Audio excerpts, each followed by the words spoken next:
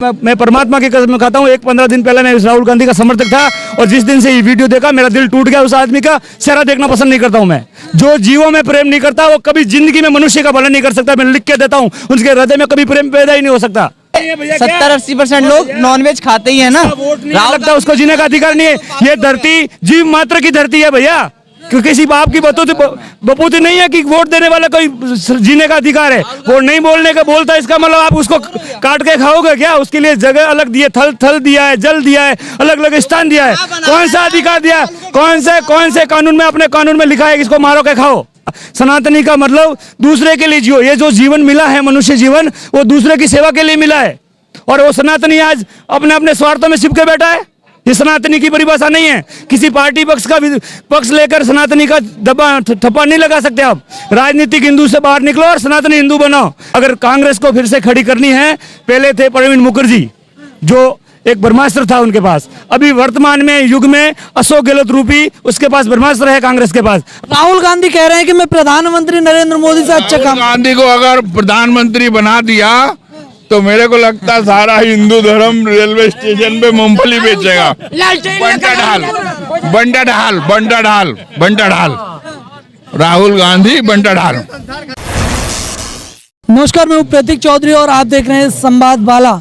2024 के चुनाव का जो बिगुल है वो बज चुका है और हम जनता के बीच में जनता से जानेंगे कि 2024 में वो किसे देख रहे हैं। 2024 में किसे देख रहे हैं? 2024 में ये तय है, कुछ माहौल बना था कांग्रेस का जब भारत जोड़ो यात्रा एक मिनट भारत जोड़ो यात्रा निकली तो उनका लगा था कुछ लोगों को कि भाई कुछ परिवर्तन होगा।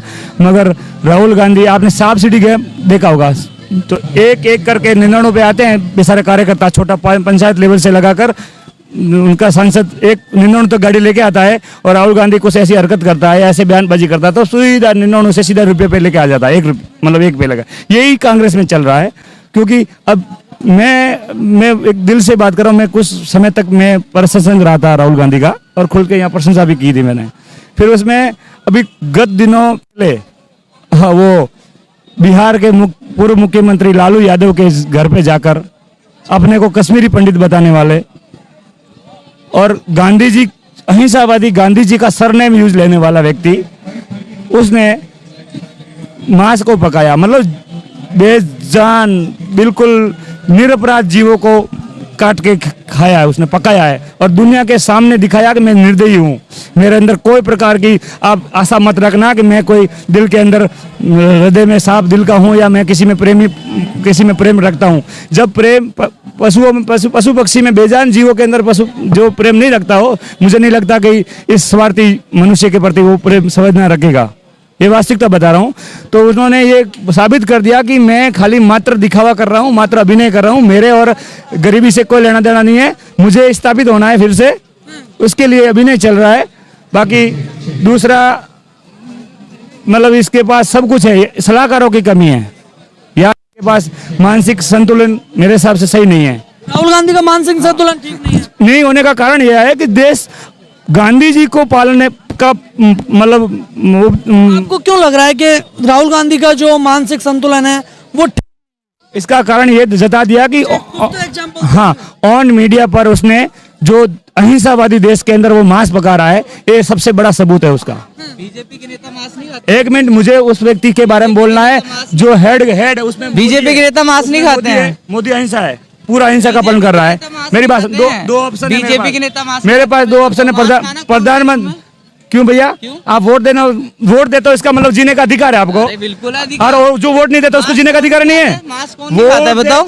आज के टाइम पे 70-80% लोग नॉनवेज खाते ही है ना। राहुल लगता उसको जीने का अधिकार नहीं है। ये धरती जीव मात्र की धरती है भैया, क्योंकि किसी बाप की बपूती नहीं है कि वोट देने वाला कोई जीने का अधिकार है। वो नहीं बोलने का बोलता है, इसका मतलब आप उसको काट के खाओगे क्या? उसके लिए जगह अलग दी है, थल दिया है, जल दिया है, अलग अलग स्थान दिया है।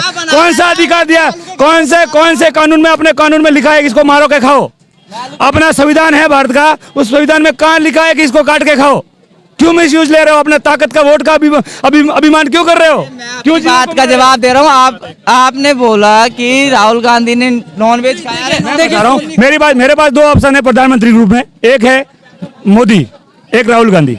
अब एक मोदी इतना पक्का है कि किस मजबूरी से गाय का साथ नहीं दे रहा, वो मेरे को पता नहीं है, मगर मोदी 100% शाकाहारी है, उसमें कोई संदेह नहीं है। और दूसरा, ये खुलकर लोगों को काट के दिखा रहा, पका के खा रहा है, मिर्ची डाल रहा है, लहसुन डाल के खिला रहा है। हमारे जैसे का दिल टूटा है। मैं परमात्मा की कसम खाता हूँ, 15 दिन पहले मैं राहुल गांधी का समर्थक था, और जिस दिन से ये वीडियो देखा मेरा दिल टूट गया। उस आदमी का चेहरा देखना पसंद नहीं करता हूँ मैं। जो जीवों में प्रेम नहीं करता वो कभी जिंदगी में मनुष्य का भला नहीं कर सकता। मैं लिख के देता हूँ, उसके हृदय में कभी प्रेम पैदा ही नहीं हो सकता। आप भले बुरा मानोगे जो अगर खाते हो तो। देखो ये पक्षी, ये जितना पर्यावरण है ना, इस पर्यावरण का जनक जो है वो पशु पक्षी है। ये मनुष्य तो उसका घातक है पर्यावरण का। जितना नुकसान करता है वो मनुष्य करता है। उसको तो जीने का अधिकार है क्योंकि उसका वोट लगता है। यहाँ ये विकसित कितने प्राणी होंगे, विकसित जो बोलना नहीं जानते, पागल व्यक्ति। किसी भी सरकार ने आज तक किसी ने योजना बनाई है क्या उनके लिए? क्योंकि उनका वोट नहीं लगता है। और हम अपने अपने स्वार्थों में मांग रहे हैं। यह सब स्वार्थी युग है, सिर्फ वोट के लिए मर रहे सभी जितनी भी राजनीतिक पार्टियां। अगर वास्तव में जनहितैषी होते या सबसे ज्यादा सरकार की आवश्यकता उनको पड़ती, जो मूक है, जो उनको पानी शुद्ध नहीं मिलता, जूठा पानी पी लेते हैं, गंदगी पी लेते हैं, उनके लिए कोई रोटी का आश्रय नहीं, कोई रहने का आश्रय नहीं, किसी ने भी मुद्दा उठाया उसके बारे में?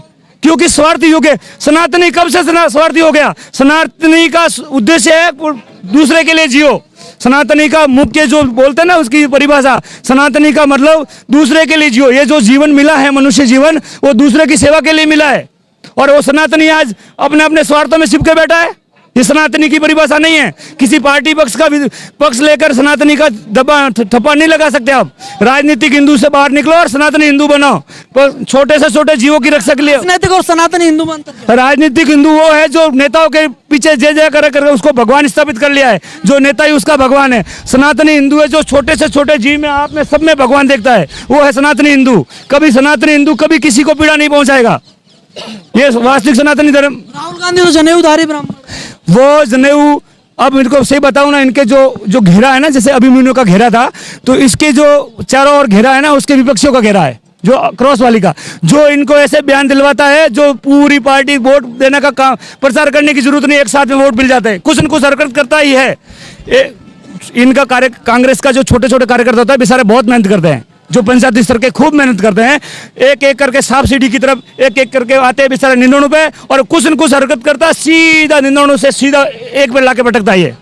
अगर कांग्रेस को फिर से खड़ी करनी है, पहले थे प्रवीण मुखर्जी, जो एक ब्रह्मास्त्र था उनके पास। अभी वर्तमान में युग में अशोक गहलोत रूपी उसके पास ब्रह्मास्त्र है कांग्रेस के पास। अगर उपयोग लेना है तो आप उसको सामने कंपेयर करके देखो, अशोक गहलोत जैसा कोई सानिध्य कोई होगा ही नहीं इस धरती पे, वर्तमान की सरकार की बोलूं। इसका कारण क्या है?